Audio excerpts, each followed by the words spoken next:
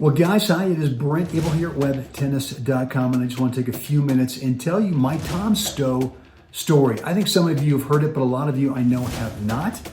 And really, it is the reason that I'm sitting here right now able to talk to, an email list of 18,000 people around the world, 18,000 players around the world. Yeah, that 18,000 has been growing over the last 20 years. But I want to tell you, I really want to just kind of give you my backstory and kind of how I got involved with Tom and what he did for me and how that really transformed not only my tennis, but my life as well. And, back in the 70s, I was kind of just getting into tennis. I really had played a little bit as a junior. It was not very good. I played a ton of baseball. And back in the 70s, when it was like anyone could get a job in tennis because tennis was so popular. And somehow, I don't know, smoke and mirrors, I got a job at a really kind of a prestigious place. It was the Moraga Country Club in Northern California. And I got hired as the head pro and tennis director. And frankly, I didn't know what the heck I was doing. Certainly, I didn't know what I was doing in terms of a player. I didn't know how to teach very well. And really the way I was teaching was just kind of the old cliches, which was, well, okay, why don't you turn, racket back, step forward, hit out in front, and follow through. And that was it. I really had no tactics. I had no strategies.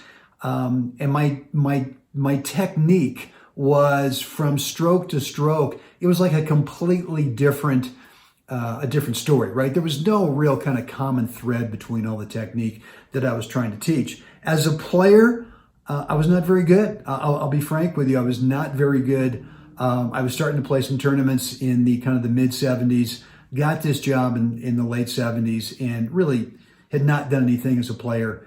But so here I am, and now it's like I've been there for a couple of years, and I hired my first assistant pro, because I've somehow convinced enough players, right, that they ought to be taking lessons from me at the Moraga Country Club. And then my schedule got booked, and I needed to hire someone. So around 1980, 81, I hired Doug King. And Doug King, a good friend of mine from the Berkeley Tennis Club, he'd played at Cal Berkeley. He played #1 there. And he'd gone out on the tour and played a little bit for a couple of years, but had decided that was not what he wanted to do. He wanted to come back and start teaching until he really figured out what it was that he was going to end up doing. So I hired Doug, and at the Moraga Country Club, we had two teaching courts, courts 11, court 12, side by side. And for about the first week, I just kind of listened over there. I didn't really tell Doug how to teach or anything like that, because frankly, I didn't know. And so I'm hearing some stuff over there that I really had never heard before, but I didn't really want to ask him about it until I kind of, let him go for a week, 10 days, 2 weeks or something like this. And after a couple of weeks, what I discovered was that he really had this language. He had a different way of explaining the game of tennis that had nothing to do with the standard cliches that I was teaching. And lo and behold, within a couple of weeks, his students were getting better and mine were not. And if you were one of those students with me back in the late 70s, or I should say the early 80s, my apologies. So I knew at that time a couple things, is that I wanted to become a better tennis player. And I really didn't know how to play, but I also really wanted to learn how to become a better teaching pro as well. So after a couple of weeks, I went to Doug and I said, Kinger, where'd you get this stuff? I mean, I've never heard of it. And plus your students, obviously, are getting better. Mine are not. Can you help me out here? And he just said, well, I go see Tom Stow. I go see Tom Stow up in Napa every Wednesday for 3 hours. We get Mr. Stow from Wednesdays 9 to 12. And I'm up there with a group of two other guys, Steve Stefanke and John Hubble. I go, wow. Well, I mean, those three guys at the time were all in the top 5 of the Northern California Open men's division, right? I mean, these were the top players in the area. And so I had known Mr. Stow from the Berkeley Tennis Club when I'd grown up. He was the general manager and head pro there back in the 50s and 60s when I grew up there. And obviously, I had this incredible opportunity as a kid to learn from him how to play, how to play tennis. But I didn't do that. I played a ton of baseball. That's all I wanted to do. I had a love for baseball. Played a little bit of tennis at the BTC, but not much. And so I knew Mr. Stow. I called him up and I said, Mr. Stow, I'd really love to kind of beg my way into this group you've got of 3 other guys, and I really want to learn how to play. And he asked me, he said, well, how good are you? And I kind of lied a little bit. I said I was better than I really was. He said, okay. And he said, how old are you? And at the time I was like 33. And I just thought to myself, God, at spur of the moment, if I tell him I'm 33, he's going to go, there's no way that you want to go out. I mean, I think I told him, yeah, I'd like to go out and play in the tour or something like this. And he said, 33, there's no way, And so I just sort of lied and I said, 20, yeah, 20, yeah. It was sort of, he 20, he said, what? I said, yeah, 20, 20, I don't know what it was. But anyway, he said, well, okay, why don't you come up next Wednesday and we'll try it, right? It was kind of like, it was like a trial. And so I was just nervous. I was so nervous. But so anyway, I go up to Napa the next week, and here's Kinger, here's Doug King, here's Steve Stefanski, and here's John Hubble.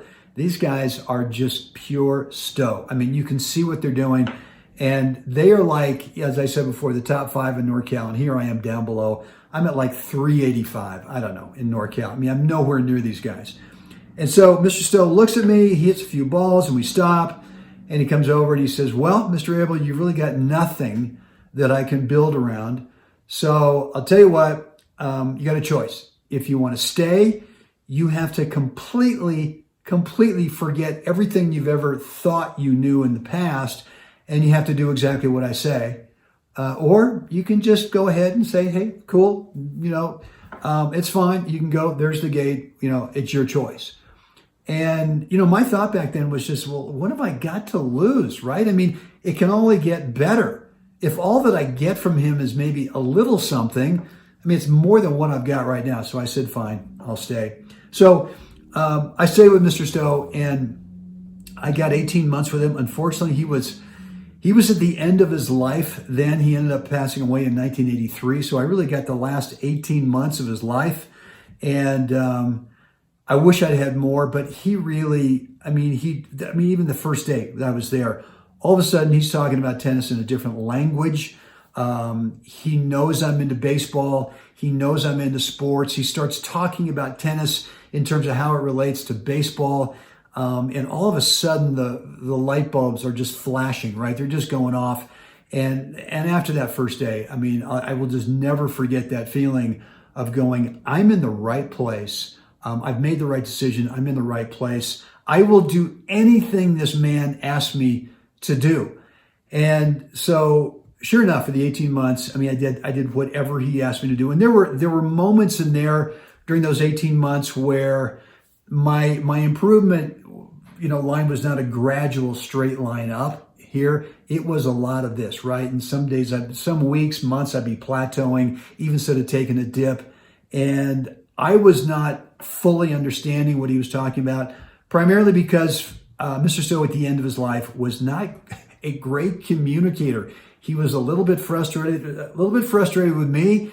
He would, there were lots of times when we'd be working on something. He'd come up to me and he'd just look at me and go, God, is it really this hard? And I'd sort of feel like, God dang it. No, it's not this hard. I'll try. I'll do better. I promise. And he just kind of, okay, all right, fine. And then one of his classic things with me was he would sort of, for the 3 hours, I just feel like, God, I'm not getting it, but maybe I am, and maybe I am, yeah, maybe I'm not. And at the end, we'd be picking up tennis balls, and he'd come over to me, and the other guys were doing something else, and he'd say, I got to tell you, you're really, really amazing. You're really doing some great work out here, God, way to go. Just keep going. And I kind of go, really? Kind of felt like I kind of sucked today. He go, no, man, you are amazing. And I go, okay. And so we'd finish picking up balls. All 4 of the guys and Mr. Stow, and we'd be putting stuff in our tennis bags. And I'd be so fired up from what Mr. Stow just told me. And I go, all right, well, Mr. Stow, so same time next week. And he'd kind of do this big sign. And he'd go, okay, all right, we'll try it again next week. And I'd kind of look around like, wait a minute. I thought I was just the greatest thing since sliced bread. And I'm looking over at you like, at Kinger, and he's over there just kind of shaking his head, laughing, because he's seen this scene many times. But I really, I got so much from him during the 18 months. It did take me a while for everything to kind of settle in, because during the 18 months, there were times when like I said, I wasn't getting everything he was trying to tell me, and he was not the greatest communicator. I was fortunate that I had one of his assistant pros who is now retired. He was a member of the Berkeley Tennis Club. A guy named Bill Crosby. No, not Bill Cosby, but Bill Crosby. Bill Crosby back in the 60s was one of the top doubles players in the world. And that's another story. But he helped me during the 18 months with Mr. Stow. He really helped me interpret what Mr. Stow was trying to tell me. And so, the combination of working with Tom Stow and then the real benefit of having Bill Crosby at the Berkeley Tennis Club when I'd come back from, between Wednesday morning sessions. I mean, I'm sure Bill got tired of me coming up to him and going, now, Bill, tell me about this thing, because here's what we worked on today. I don't think I quite got it. And he kind of explained it to me. But I really struggled, right? For those 18 months, I really struggled for a while. I didn't quite interpret it right. And there were lots of times with Mr. Stow where I was thinking, I don't know if this is the right thing, because I was starting to lose to guys who I'd never lost to before, which meant that they were just a little bit worse than I was in terms of keeping the ball in play before I saw Mr. Stow. But now I was starting to lose to these guys, and because I was trying to do the Stow method, and it took me a while and some real soul searching to go, I'm going to stick through this thing.